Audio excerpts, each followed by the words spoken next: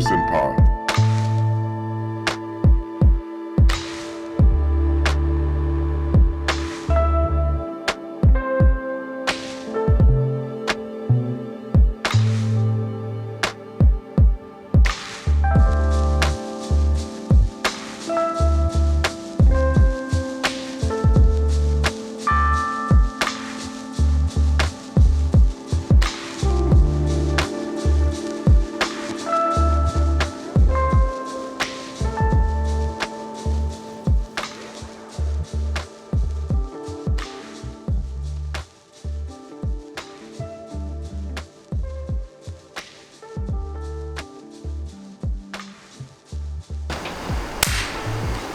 So we don't have the microphones, and we're gonna continue tradition.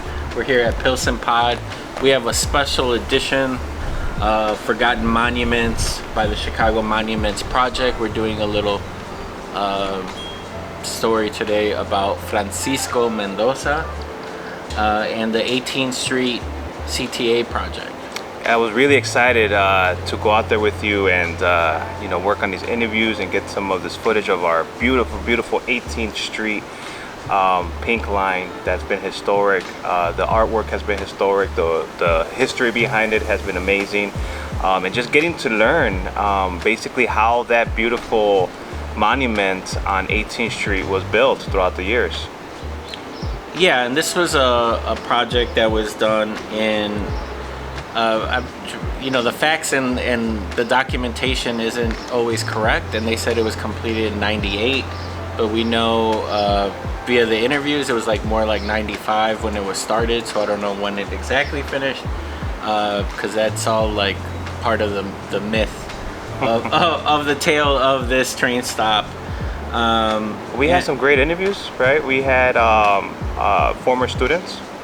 Yeah, we had some former students, Mara Castillo, we had Camilo Cumpian, we had Cristina Pucio, and her mom, Guadalupe Valderas, that was one of the original community leaders that fought to get this monument built. So it was great to hear from her.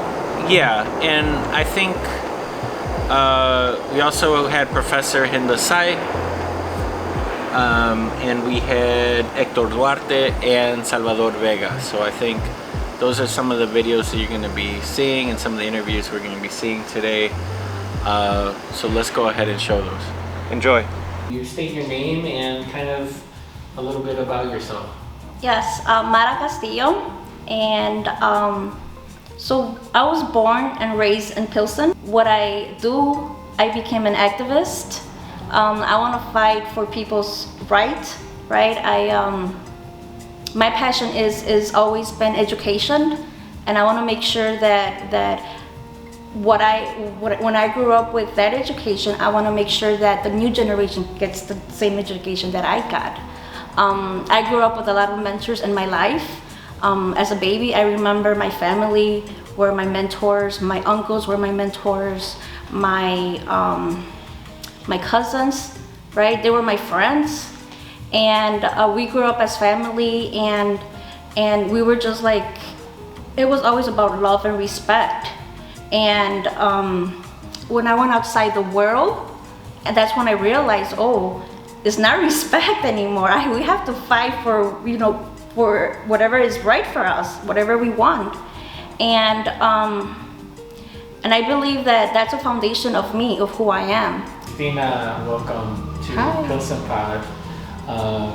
Can you tell us a little bit about yourself and why you're here today?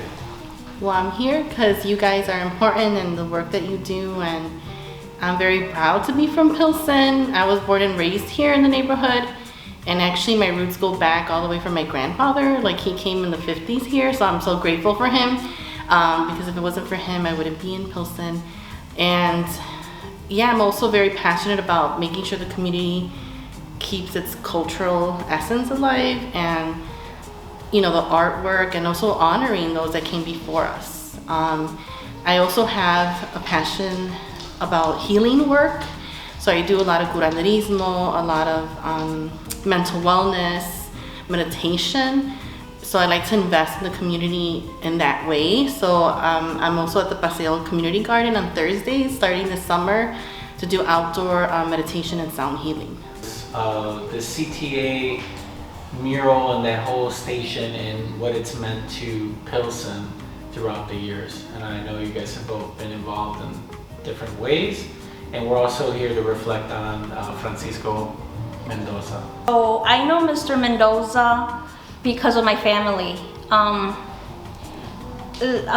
Like I said, I was part of my cousins who were always involved in the community. My father, my mom, my uncle, we were all involved in the community in all different way. But I met Mr. Mendoza through my family, my uncles, my cousins, and I remember it was a summer of '95.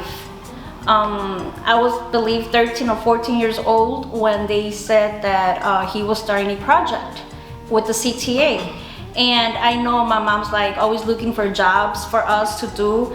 My mom would always send me to Pilsen because she was like, okay, you have to do something, you know, do something with yourself. Like, okay. So when we heard that they were hiring with the daily, something to do with the daily, he was doing some summer programs. And we learned that the teenagers were getting paid. So my cousins were like, you know what, Mr. Mendoza got a project with the Daily Center. Let's work. So we applied. We all applied, and Mr. Mendoza even mentioned to us, like, make sure you apply here, and this is a program. You're gonna get paid, and you're gonna learn about the art, and we're gonna have fun. So I said yes. My mom said yes. She signed a form, and I started working with Mr. Cristina, let's discuss like kind of some background on how you got involved with the CTA project. So it's mainly because of my mom. So my mom was part of a committee of residents, and I can name a few, La Señora Romero, La Señora Guerrero, and then my mom is Guadalupe Banderas, and there were several others. And I believe they were working with either TRP or another organization to just make sure things are going well in the community, and just trying to listen to like people saying, hey, this is missing, or, you know, complaints, or just to make sure things are, you know, going well in the community.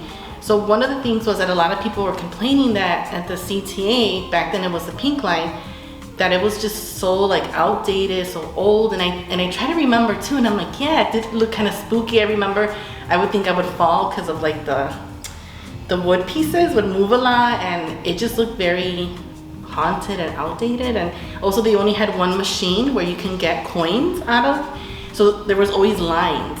And, you know, my mom and the community felt like, no, we deserve more. And also I know some people with disabilities had issues also getting up to the platform. So I don't know what they were using at that time, but that was also an issue. So finally they did something about it, but they were like, since we're already gonna remodel it, we also wanted to represent the community like artistically, right, with artwork. And they're like, oh, that's a good idea. And the first person that came to mind was Mendoza, Francisco Mendoza. They all wanted him to be on board. I learned that Mr. Mendoza dedicated a mural that's outside where you enter. He dedicated that to the women of the community and the women of Mexico. Like, it represents women leadership. So he put some of the women that were in that committee there. So like my mom and La Señora Romero, and so that's kind of like how I'm connected. But I'm also a student from Mr. Mendoza. He was also my art teacher. And what would you like to see on the panels? I think something that reflects the community, or something historical, something that says a story, you know, because I know we can have beautiful images, but I like something that tells a story, you know, that, you know, when you look at it, you're like, oh yeah, that's a story there. Something's being said in those images. So that's something that I would look for. When I was taking his classes in Orozco, he was always such a great storyteller. I mean, he always had to say either a joke or a story, but the things that stood out the most is when he would talk about his travels. So like, he went to Italy, he went to Paris, and he would tell us about the museums, and he was so detailed. Like, I felt like I was there.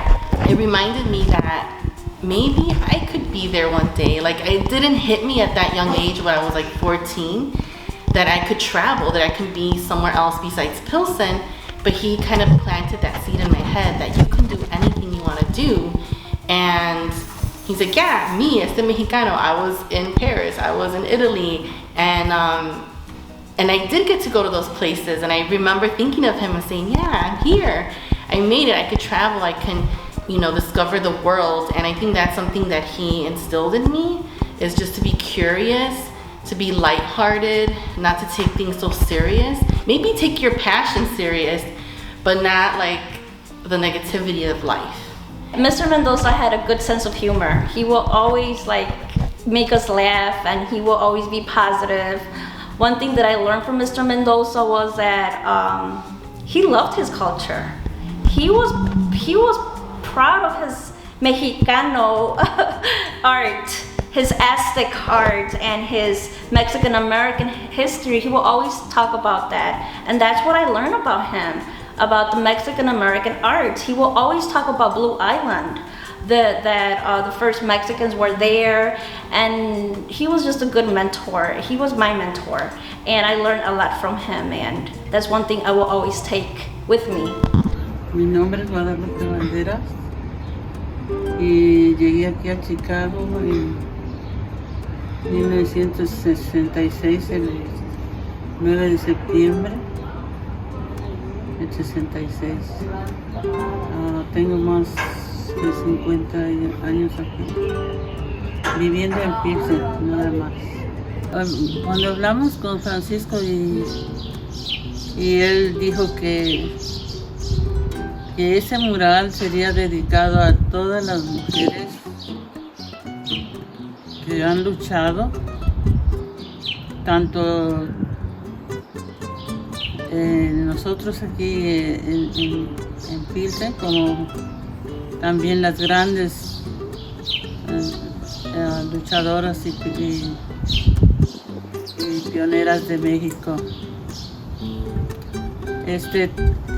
Nos gustó mucho porque él ya había hecho ya había hecho antes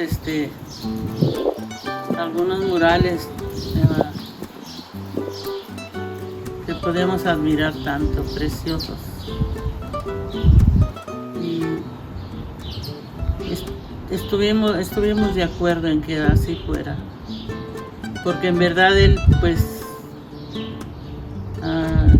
respetaba mucho a las mujeres, empezando por su madre, que hablaba mucho de su mamá. Y es por eso que también se ganó el respeto y la admiración de Pilsen. And he opened the door. He opened the door with me. He opened the door with others, the children, the school. So was the museum, so you talked about the museum, was the museum the one that was in charge of this project with Francisco? When it came to light. Yeah, oh yeah, he was the first. We're talking about in the 90s, right? When this happened. Took it on. It was dropped in his lap.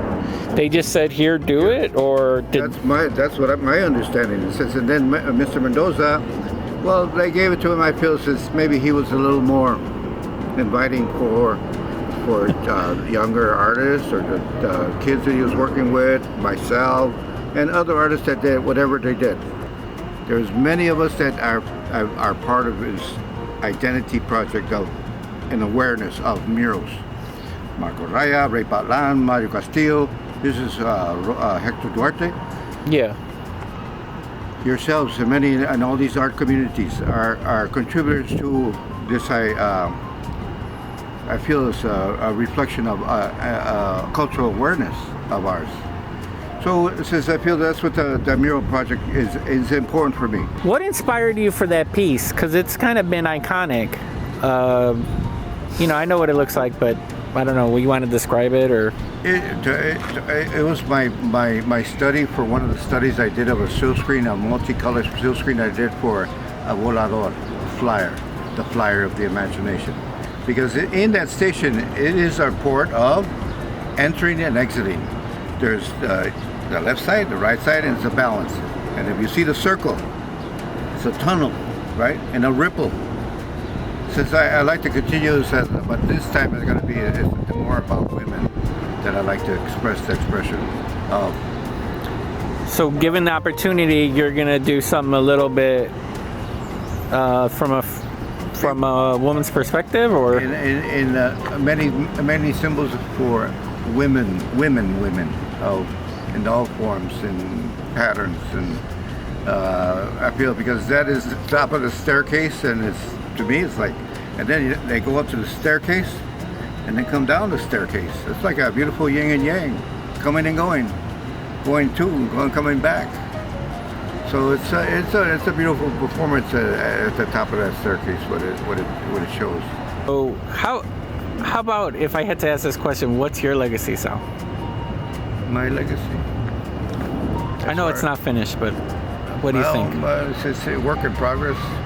I feel that 18th Street or that neighborhood has given me my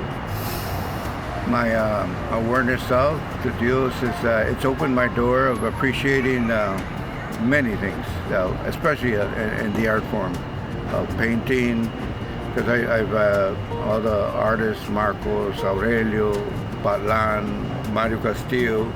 The Mexican Museum, I've seen that museum grow, is from nothing to something, and it's just, they may play it safe for their own reason, but they have contributed and taken it to a very nice level of, and they've grown, and we should be all part of that, and we are, but not as an institution or a corporation that they have their line not to cross, to play it safe, because who they have to answer to. We all answer to someone. Right. But as long as we answer to something, like for myself, I answer to myself to do something the best of the best, because that's what opens my door to share. And that's the thing, we all do that. Marcos Raya, Francisco Mendoza in their own levels. My name's Camilo Cumpian. Yeah. I'm a tattoo artist, muralist, and also I do planting. Francisco Mendoza has known me since I was a child and asked me to participate, and it was an honor to do something in the city of Chicago, let alone it be in the Pilsen area. He knew that you were an artist, or were you just starting out, or how did that work out? How did he pick you up? I had actually gone to Casa Slan as a youngster, so he did know that I was an artist. I've been an artist my whole life. My moniker is C2C, and it stands for crayons to cans, paint cans, spray cans, and he saw me grow up being an artist.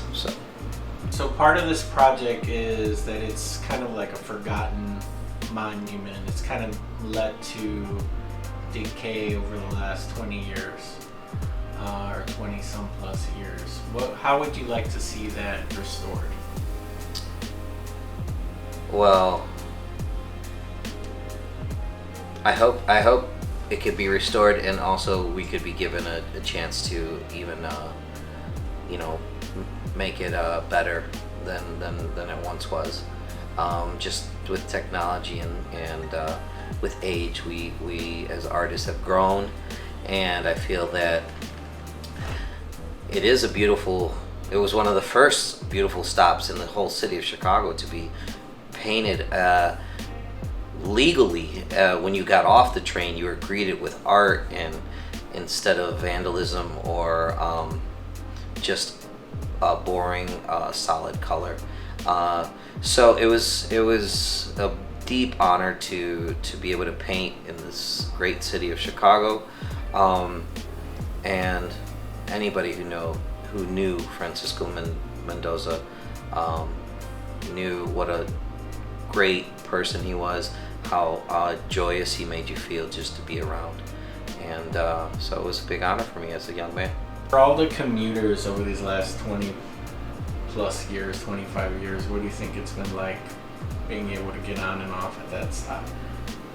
Well, I think they've been blessed with a bit of what makes Chicago beautiful is the art, is the collaboration of artists beautifying the city, and they had that all right there at their stop. They had that at their station, and I always thought the mosaics in front and the artwork that was up the steps.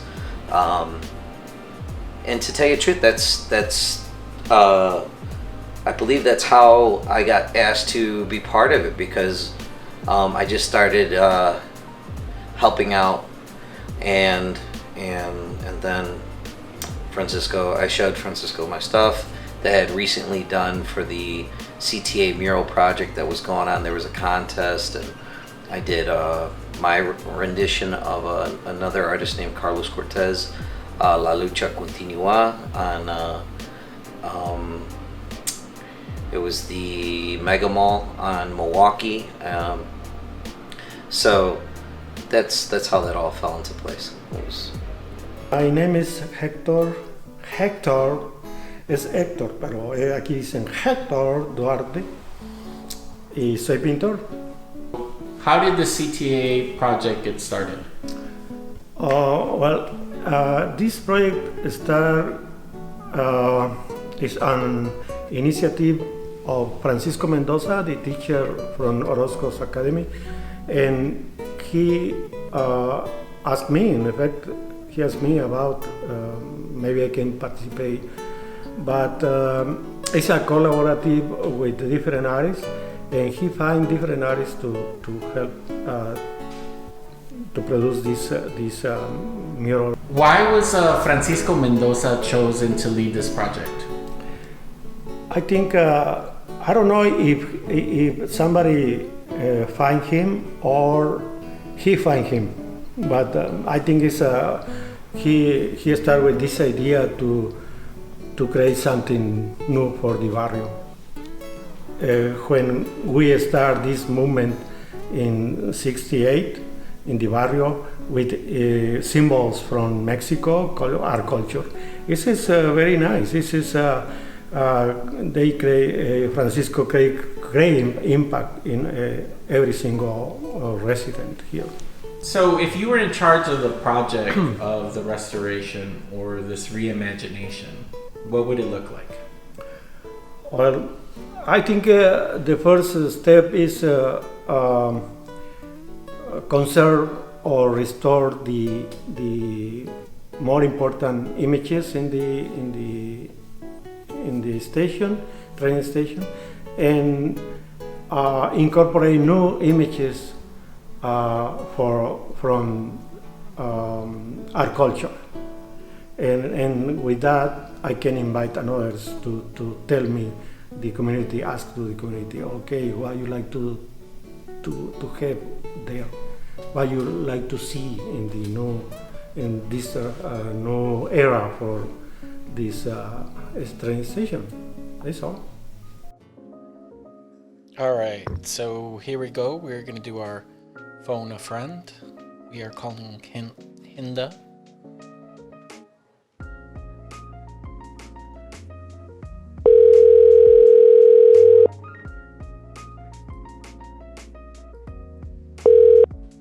Hello, Hello.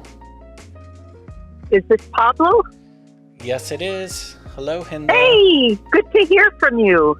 Yeah, good to hear from you too. I'm so excited to be able to ask you these few questions. I think, as part of this Chicago Monuments project, I think it is important to tell these stories that we're telling, correct? Right? Absolutely, yes. So, can you please introduce yourself?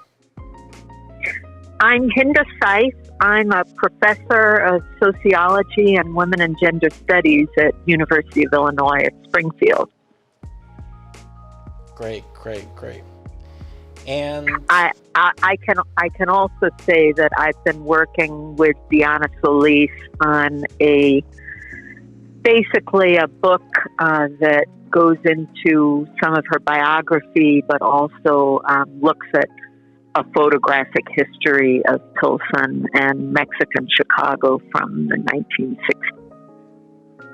Great. That's really amazing. All the work that you've done in the community, especially with the Latina artists. So, what are your initial impressions of the CTA stop as it currently stands? Well, as it stands, I haven't seen it in a year or so, but I think I can speak about it a bit as someone who doesn't live in Chicago and also as a professor, someone who teaches and also does scholarship. I think the stop is really important. And as someone from outside the community who arrives at the stop, it feels like an entry to another culture.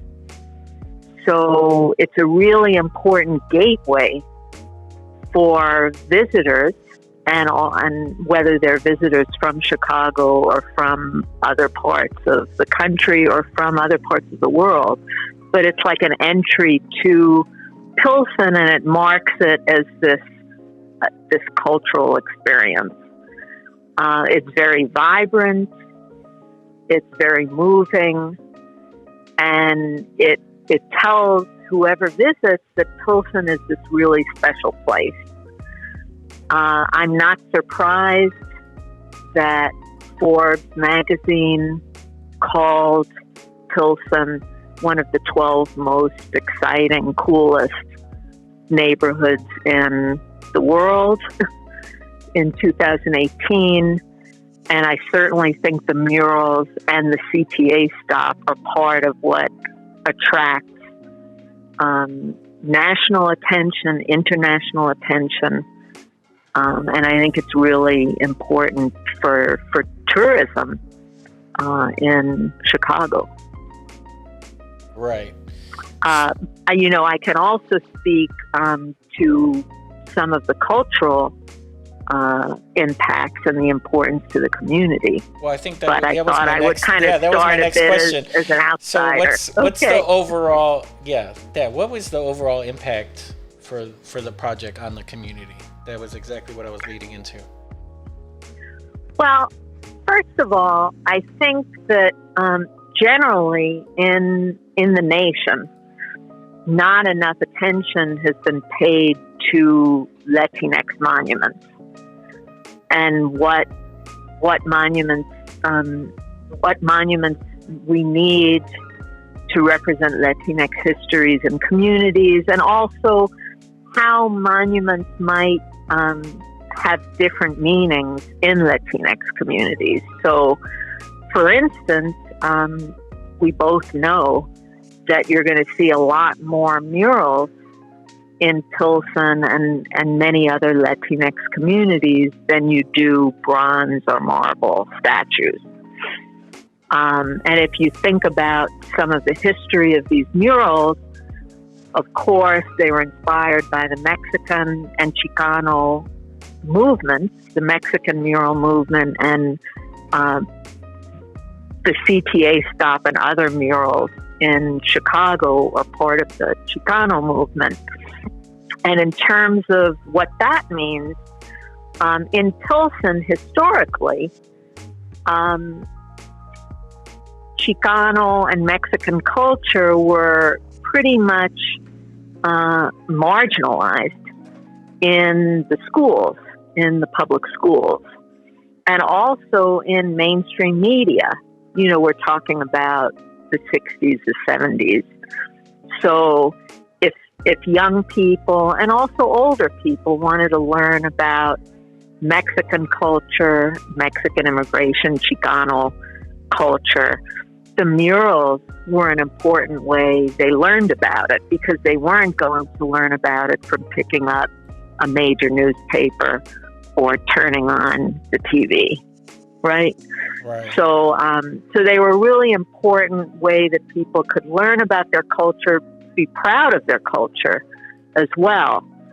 And And in terms of youth, one of the exciting and really important things about the CTA stop and other murals is that youth participation and student participation was really important. When I think about marble statues and bronze statues, I don't really think about, 20 students from the neighborhood high schools participating in that. But certainly with murals, you had a lot of youth participation, including in the CTA murals. So the murals are important to the youth that participated, and again, were this way that young people could learn about their culture and also be proud of their culture. Right. There's so much I could say, but I also want to... Go ahead. I also want to mention that Pilsen has been considered the heart of the Mexican Midwest in a lot of ways. And it was a really important site of the Chicano movement, not only for the Midwest, but nationally. And Pilsen, I think, was really the first major site of Mexican community, really major site outside of the lands that used to be Mexico. So when we think about the murals in Pilsen, it starts to give us an idea of how people were thinking about their identities and their histories when they weren't on lands that used to be Mexico.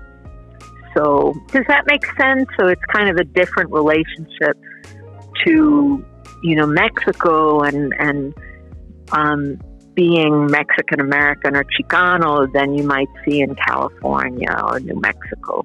Yeah. And Pilsen was this really important place where people were forming this identity outside of the former Mexican lands. Right. Now, that's a good... I think you answered my next question about the importance of the muralism. But should community have a say in what the CTA is doing next to renovate or replace the existing artwork?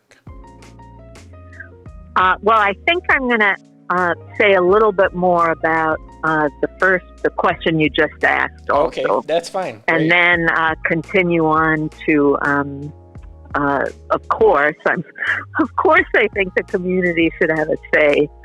But I think we need to remember that 47% approximately of students in the Chicago public schools are Latinx. And most of those students are of Mexican ancestry. It's incredibly important that the tradition of muralism and community art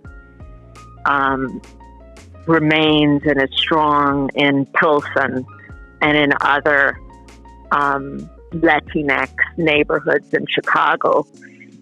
I will focus on Pilsen, though, because Pilsen has been a really important artistic center of Latinx muralism in Chicago. There's so many important artists and art spaces in Pilsen, and even if people have moved or been displaced, they seem to still be, the network still seems to radiate from Pilsen, including the Pilsen Art and Community House, which is an incredibly important institution that should be supported in its work with community art. I'll also say something about community art is that it's really important for young people to have opportunities to make community art and be involved in murals, for instance, in the summers. But in terms of the community, yes, I absolutely think the community should have a say in what the CTA is doing to renovate and replace the existing artwork. There have been at least a couple of situations where that I think were very traumatic for Latino artists and communities, which shouldn't be replicated. I'm thinking of when Casa Aztlán murals were painted over, and I'm also thinking of when Sanza and San Giorgi's mural was painted over by the city. At a time when there's so much division, I don't know, I feel like communities really need to be respected and not left out of conversations about what's happening in their communities. The other thing, though, is, as I said, there's such amazing artists in Pilsen, and also leaders, community leaders, and youth who really want to be involved. So these voices need to be part of the conversation. And if I can say, I would really like to see artists who have strong connections to Pilsen be hired to do this type of work. As I said, there's so many excellent artists who are connected to Pilsen, even if they've been displaced. That we should, I would think that the city of Chicago and the CTA should be calling on those artists. I'd also like to see, I know historically women and LGBTQ people have been marginalized in muralism. Now that's been changing, but I think back in the day, there was probably the thought that, well, it's challenging physically to make murals, especially in a place like Chicago with all the weather. So my guess is that people thought it was man's work, and that's been changing. But I think we have wonderful artists in Pilsen who are, men, women, across the gender spectrum and LGBTQ.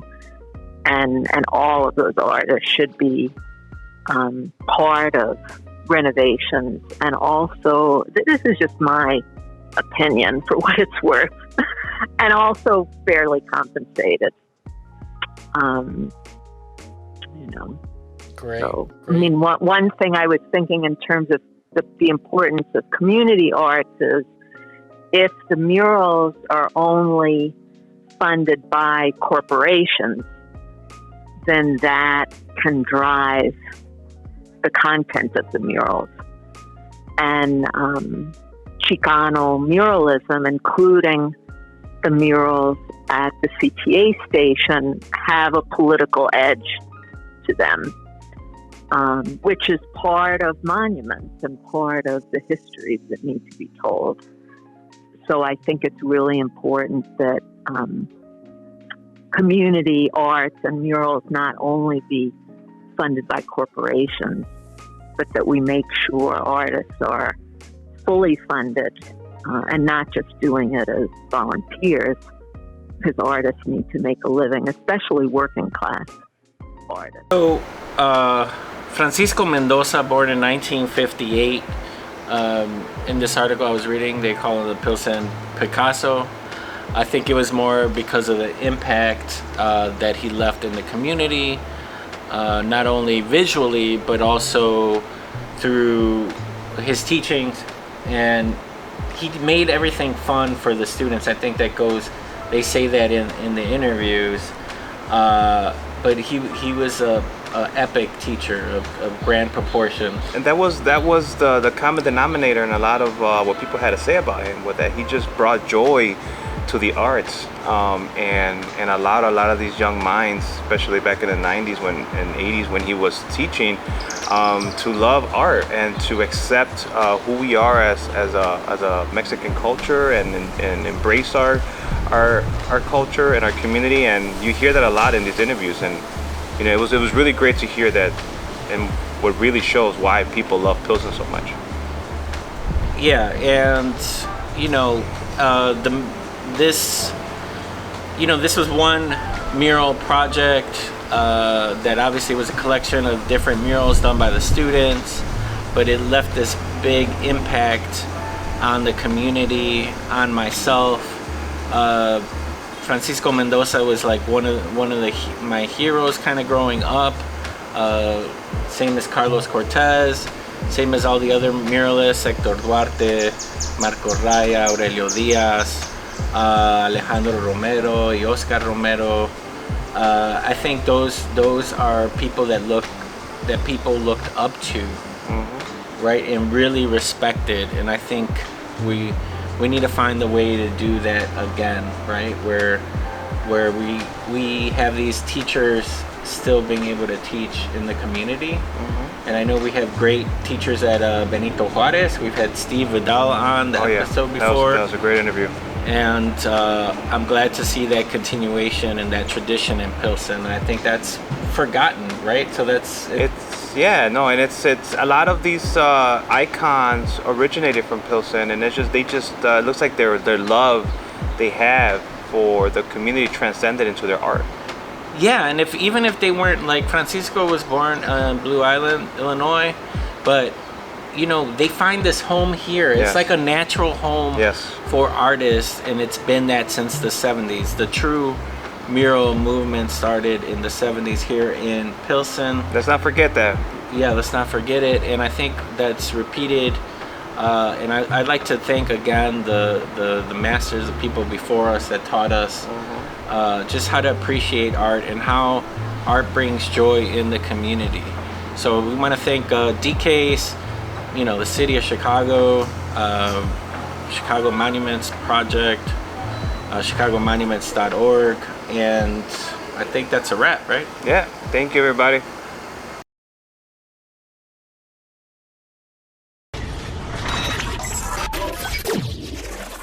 PilsenPod. All right, so let's welcome everybody back. If you guys want to get back on camera, it's amazing. I hope you enjoyed everything that was stated. Now, in this video, obviously, we're just scratching the surface. We're not historians. We're not even documentarians. We're a couple artists that are trying to tell these stories, and just looking back at them is amazing for us. But I did want to, there's some things I missed when I was going through. Mario Castillo was attributed to doing the first mural in Pilsen, 19th and Halsted, in 1968. So we said the mural movement kind of started in the 70s, but Mario Castillo was ahead of his time. In 1968, did mural 19th and Halsted Metafísico. Also, I wanted to comment that we always bring up these muralists, like Hinda mentioned, where it's the male story, right? And we have people like Malu Ortega at Juarez that had a big impact.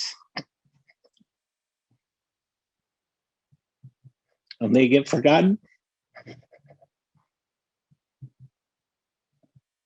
So I apologize for that. But if, the Mega Mall brought up good stories. I don't know if Camilo's still on there. I think there's a new tradition too. And now we're looking back, and there's 20, 30 years of like these graffiti murals too that are part of the story, and they need to be incorporated in these forgotten things, because the Mega Mall was always this outlet for youth in our communities. So I don't know, Camilo, you want to jump in on talking about that and what that was like? Yeah. Hi. Yeah. Um. Hello, everybody. Yeah, I was part of a thing that the CTA was doing, but um, I really do think that this project in Pilsen is super important because um, I do remember getting off, the at that train station and being happy just to see art, and um, it was it was beautiful. Francisco Mendoza's piece, I think, spoke to everybody. It was, the sun and the moon. So,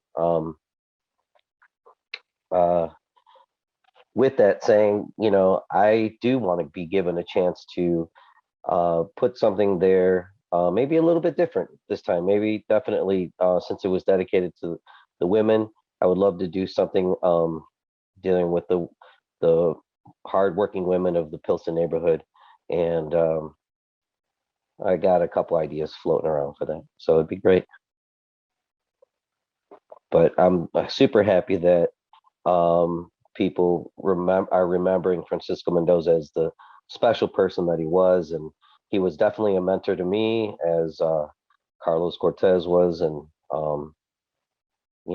it's nice to hear these names be spoken about. Um, with that, I'll pass. All right. And I don't know if Cristina, you were also in the video. Is there? I know we had to chop it up, and not everything got spoken or was able to squeeze into that 40 minutes. But Cristina, did you have anything you wanted to comment about the video? Yeah. Ooh. Well, towards the end, like, I was touched a lot with emotion because it's just nice to see the community members in the video, like, just to see their face, to see their names being recorded and being acknowledged. Because, I'm so used to hearing other people talk about Pilsen, and it's nice to see us, like, talking about our own history, our own experiences. So we need more of this, like, that's what I was thinking. I'm like, wow, this is so special. And we shouldn't feel this way. We should feel, like we're always being acknowledged. But I know sometimes it's hard. But yeah, I feel like it's nice to get involved in this way, right? Like, documenting and recording things and just, like, honoring those that came before us. And I know Mendoza's birthday is coming up. He's a Gemini. So I don't know, maybe we can do something to, like, honor him, do a little gathering at the Pink Line, or maybe by Orozco or something. I know that I wanted to still do a dedication mural for him, something that I've been trying to work on for the last, 3 years. So maybe we can make it happen as well. But yeah, I'm just very happy, and this was great. I wanted more. I'm like, man, I can't stop listening to all these stories. So please add more work to this. Do more videos, do more documentaries. Thank you. Great. Thank you, Cristina. Hinda, you summed a lot of things up correctly. It's good to have an outsider perspective and to have this, obviously academic perspective as well. But I think you do a lot of great work in the community. So that's important as well. Documenting, right? Because a lot of it is forgotten, a lot of it is lost. So if you wanted to say anything. I think I said a lot, maybe too much. But mostly it's such an honor to be able to be doing this work. And as Christina said, mostly I'm interested in what the people in the community have to say, about these murals and about the art in the neighborhood. So, but thank you so much for including me. Yeah, and I think with this train stop specifically, I think that there is a lot to come because the CTA has put this out as a project, but it's kind of, I think, tapped the museum to initially to help with some artists, choose some artists that both work not only on public artwork, but also work with students. So I know that they were reached out initially, and there was some dialogue of community input because of, you know, the decay and the train stop, and then some whitewashing that happened, mostly because of graffiti and just it chipping off, and because it's been so long and they haven't, no one has really maintained it, and they haven't asked anyone to maintain it. I think a lot of people would go in there and go and paint and refresh and do things if we were allowed. But I think now there's like liability things, that liability issues that we need to, you know, look into. But there was a little, you know, contest with the ward to see who, you know, who could also be a part of this application. So we forced the CTA to look at additional community artists. And I know Cristina was a part of that as well. So that was kind of a good thing, but I haven't heard anything specifically about this. They're keeping it under wraps because there is political things as well. But we are going to need to do a lot more community engagement and probably put a little bit more pressure on the CTA to have that community input and to look back at the artists that participated, right? Which there's some articles, but a lot of them are either behind paywalls or forgotten that even the CTA didn't know existed. So we got to do a lot more research ourselves. And now I'm going to open it up to the other people that were here with us. Raquel, Jose, looks like Lily B, amazing storyteller. She could help us with the storytelling. She is helping by amplifying those voices of young and older storytellers. So we've been able to hear amazing stories because of Lily and her classes and her work that she does. So any questions?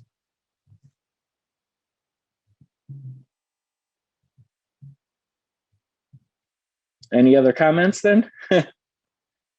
Kira's joined us. Kira, you have anything to say?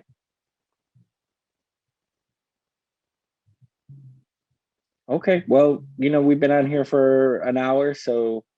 You know, I have a question for people while everyone thinks of the question they want to ask. Wow, someone said it's Francisco's birthday today? Wow, that's amazing. So we know the Chicago Monuments Project is going on. I'm actually concerned about the amount of community participation from Latinx communities in the Chicago Monuments Project. I know it's a tough year because my guess is there's just a lot of people who are focused on staying healthy and safe and dealing with income losses. So monuments may not be the first thing on their mind, right? But I'm just wondering what other people think. I know that there's some great Latinas and Latinos on the Chicago Monuments Project. Is it called the Advisory Committee? But just in terms of like, if I look at the panels, how many panels have focused on Latinx monuments? How many Latinx Chicagoans have been panelists? And if you figure, you know, almost half of the students in CPS are Latinx, there should be a lot of participation. And I don't think I'm seeing nearly enough. So I wonder if other people have thoughts on that. And if you also think there hasn't been enough outreach or participation, you know, what could be done about this to make sure Latinx histories and individuals and events are that enough attention is paid to them when it comes time for them to be deciding which monuments they're going to fund and things like that.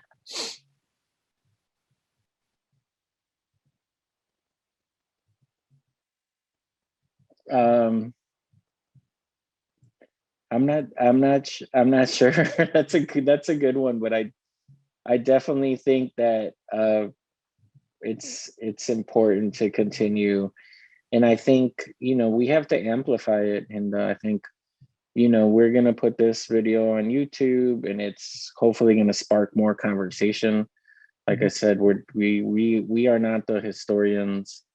It's hard to look these things up. It's only through face to face where we could really tell these stories, and we learned a lot. I mean, I was lucky to have my cousin working on this project, and I remember showing up the time when he was painting.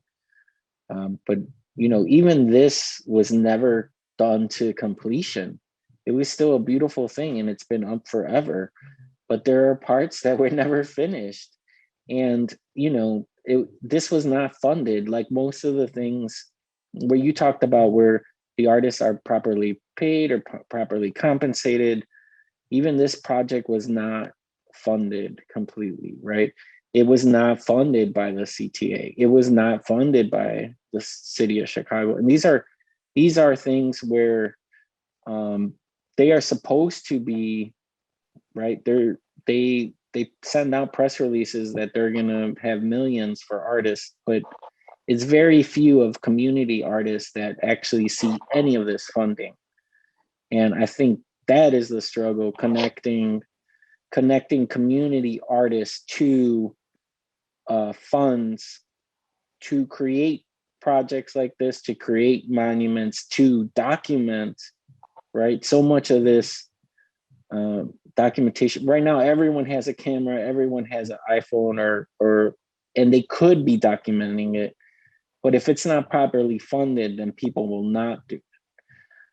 In our case, we are already working on these small videos, and with no budget, but we're just happened across this forgotten monument, and we said, I think, Hinda, you brought it to our attention, we got to participate in this, and we had a perfect thing to discuss, because it's going to be coming up soon with this 18th Street, right? They're not going to want to let this go another year without at least getting out to the community.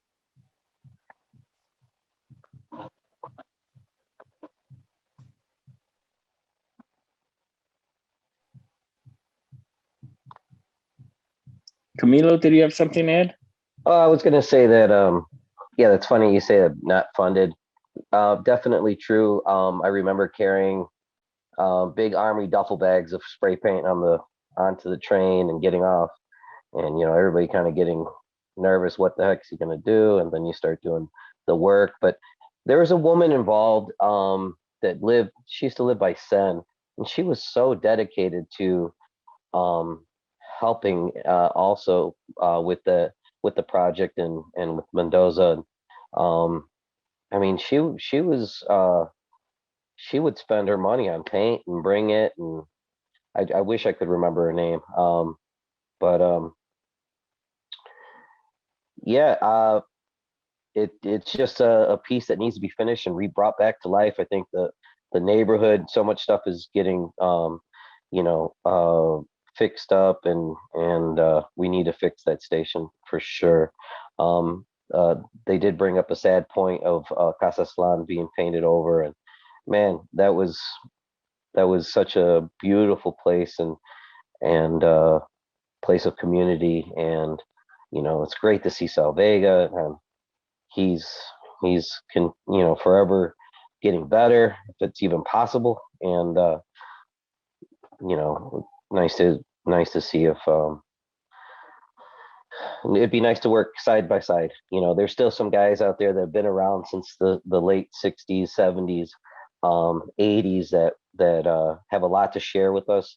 And I think if we could get, the community behind that, and, these guys are also historians. They're showing and they're teaching our cultural history, and it's not going to be, if we get people like that, we're not going to get this watered down, advertisement art that's going on, and just reuse of common imagery as far as Nickelodeon imagery. We want stuff from our sangre, and from I would love to do something also honoring Cortez, because Cortez's touch in the Mexican Fine Arts Museum and in Pilsen neighborhoods, and Cortez always being a person for the people. He was always selling his prints very cheap. His thing was he wanted to be affordable to everybody, and so if we could get some of these older artists that are still alive to be a part of this, it'd be amazing, and I'd be honored to be part of it. But if someone like that gets my space, that's perfect. I'd be okay with that. Right. But I think that passing down is the beautiful part, that passing down a tradition and of the stories, right? And I think that's what's missing a lot of the times. Now it's like, okay, let's fund it. Let's do it. Let's just really quickly. And nothing was documented and no real story was told. And, we just have to be better at documenting our own stories. And hopefully this inspires other people. Speaking of Casaslan and a forgotten monument, what an opportunity to tell that story. I mean, there was not only murals on the outside, there's murals on the inside, right? And a lot of us in the neighborhood grew up there. I remember telling, I remember going to Casaslan and there was some event inside, and I didn't want no part of it for some reason.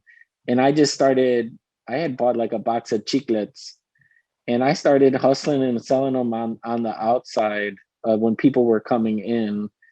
And that's when I knew in the beginning I was going to be a salesperson or be in sales of some sort, because I'm hustling my little chiclets at, $4 for $1 or something. I was overpricing them because I think market value then was 5 cents, but I wanted my quarter for my video games or my baseball cards or whatever. But I think getting back to these documenting these monuments, these murals, I think we are putting pressure as a community in the 25th Ward to not only the aldermen, but to the city to help not only create new murals and tell new stories, but to preserve these older murals.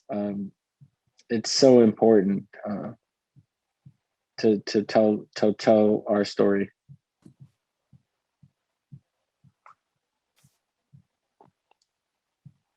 I have a question for Christina, unless someone else has a question first. Anyone have a question or comment? Christina, are you with us? So I'm here. I use that station a lot, and I had never known that your mother was represented in the mosaics or anything about her. And that is such an important history. Would you mind, for those of us who, may not have grown up in Pilsen, telling us a bit more about what your mom did, and if you know any of the other Pilsen women that were in the mosaics, if we could know who they are? Yeah, I actually have a list of the women that were part of the committee. So it was a committee that actually came from the 18th Street Development Corporation. Okay. So that was the name they had back then. I think today they changed it a little bit, but it's still around. And when my mom was telling me all the names, because she's in her 80s, so she couldn't remember. But then yesterday when we were talking, then her memory came back. She's like, oh yeah, now I remember all the names. So I want to mention them here, because I also don't know them by heart. But So Guadalupe Valderas, which is my mom, was part of the committee. Mary Gonzalez, Terry Medina, Inés Loredo, Lidia Romero, Maria Casas, Raquel Guerrero, who I know it's been like I think 2 years that she passed away. And she was also my neighbor, Mary Calderon and Lucy Gutierrez. And she said there was like maybe 1 or 2 other men involved, but just to see that the majority were women, it's just amazing, that they're the ones that were really trying to make sure that the CTA, was renovated and that we got better services, right? So, and my mom, she was involved with the 18th Street Development Corporation for a while. So she's always just been doing her thing, and that's something that I admire about her is that when she came from Mexico in the 60s, like she told me, she's like, I felt like this was my community. She's like, I never ever felt afraid to like speak up, or I never felt afraid to like take ownership. So I think that's why she was always involved with community activism and leadership. And that's something that I learned from the old school leaders is that they never called themselves activists. Eran líderes de la comunidad. So, so yeah, that's kind of like the background of my mother. And she's also been involved with other organizations, TRP and at Benito Juarez too. She was part of the council, the parent council, and also at Pilsen School. When I was going there, she was also part of the parent council as well. So yeah, and my mom, she almost forgot that she was in the mural. And when I reminded her, she's like, oh my God, I forget that I'm in that mural. And it just makes her happy. And she's like, wow, Mendoza really, really wanted the community, the women of this community to be remembered. So I, feel very grateful that he did that. Mm-hmm. Thank you. You're welcome. Thank you. Super important. Thank you for sharing, Cristina. Because they really pushed this and they pushed the CTA, and it probably wouldn't be the same without those women that you listed. Because it's like they tapped, like what Sal Vega said, they tapped Francisco to lead this, and he was the right person, and an important figure in our community that's forgotten a little bit, right? So I I'm think glad we're bringing it to light. I think one of the interesting questions, and artists would probably know this better, but so there's that whole history that you wouldn't necessarily know if you walk into the CTA, that's really important. So is there a way to link the history somehow to the mosaic? So if people want to learn the history, they could learn that. Yeah, and they actually just refreshed. I don't know what it says on there exactly, but we did get a look at it when we were filming. But I don't know, Cristina, if you've seen the latest thing they've written on there. But I know the story needs to be, the scope of the story needs to be broadened when they refresh the station. So that's something we definitely need to ensure that they create more. And I know Cristina was fighting for that when she had the meetings with us and the community members to tell a little bit more of the story, because it's so important, right? Yeah, I haven't seen the new plaque that they put up, but yeah, I believe that, the community should know about these women, right? This committee, because it just shows their dedication, and it also inspires me, because I'm always thinking I'm by myself sometimes in Pilsen as a woman, because I'm always surrounded by men. But then, when my mom tells me these stories, I'm like, wow, all these chingona women in their own power and right were able to work together, and I think we need to start doing that more, with the younger women or the newer generation of women in the community. Is like, let's start working together. It doesn't matter if you're a business owner and I'm a healer, you're an artist, but we can all create important work together. And I think that's something that these women have taught me is that it doesn't matter who you are. What matters is a common goal, right? We have a common goal and we have to get it done, So that's the beauty of these women, as they got together for a common goal and they made things happen.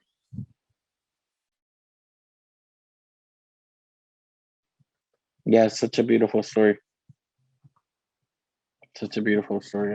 Did anyone else have any stories or anything, any comments about the train station, what it's meant to them? They knew Francisco, or anybody else want to comment?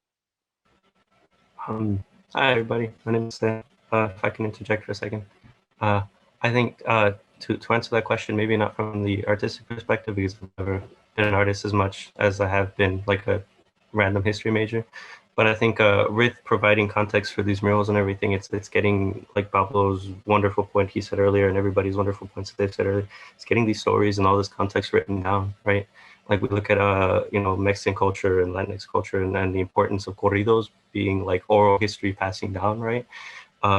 So the wonderful, or at least the terrible thing about oral history is that once people stop saying it, it kind of gets lost. So getting these things written down as much as possible is wonderful. Like I'm 21 and I was born in the year 2000, so that means I got to see the latter stages of Francisco Mendoza as a teacher.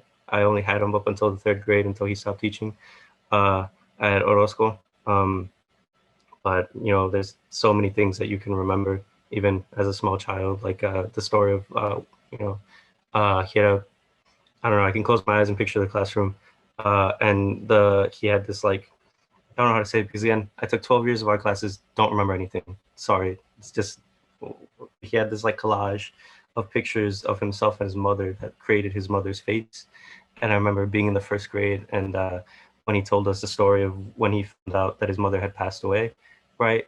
And how, as a 1st grader, you're like, yeah, the world is wonderful and everything, but he had this, this wonderful storytelling ability to kind of like bring everybody in and to tell such a powerful and emotionally heavy story, and even then come out with a bright message of how that made him stronger, that made him better, that made him, inspired him to create and do so much more, and then, there's, I remember going to his funeral as a 3rd grader or 4th grader, whatever I was. I too much information, but I fall asleep in churches because it's the one place I can fall asleep comfortably. If they're quiet, they're cold, they're nice, whatever. So I was asleep at his funeral, which is a horrible thing to be doing, but I was asleep at Mr. Mendoza's funeral. But I remember midway through the funeral, there was like a loud trumpet sound in the middle of it, if anyone remembers that, if you were there. And I woke up to that, and everybody just kind of stopped and looked around and kind of like realized, because, right, like Mr. Mendoza was this bright, wonderful person who would let us try to, would play his trumpet. He was famous for always playing his trumpet.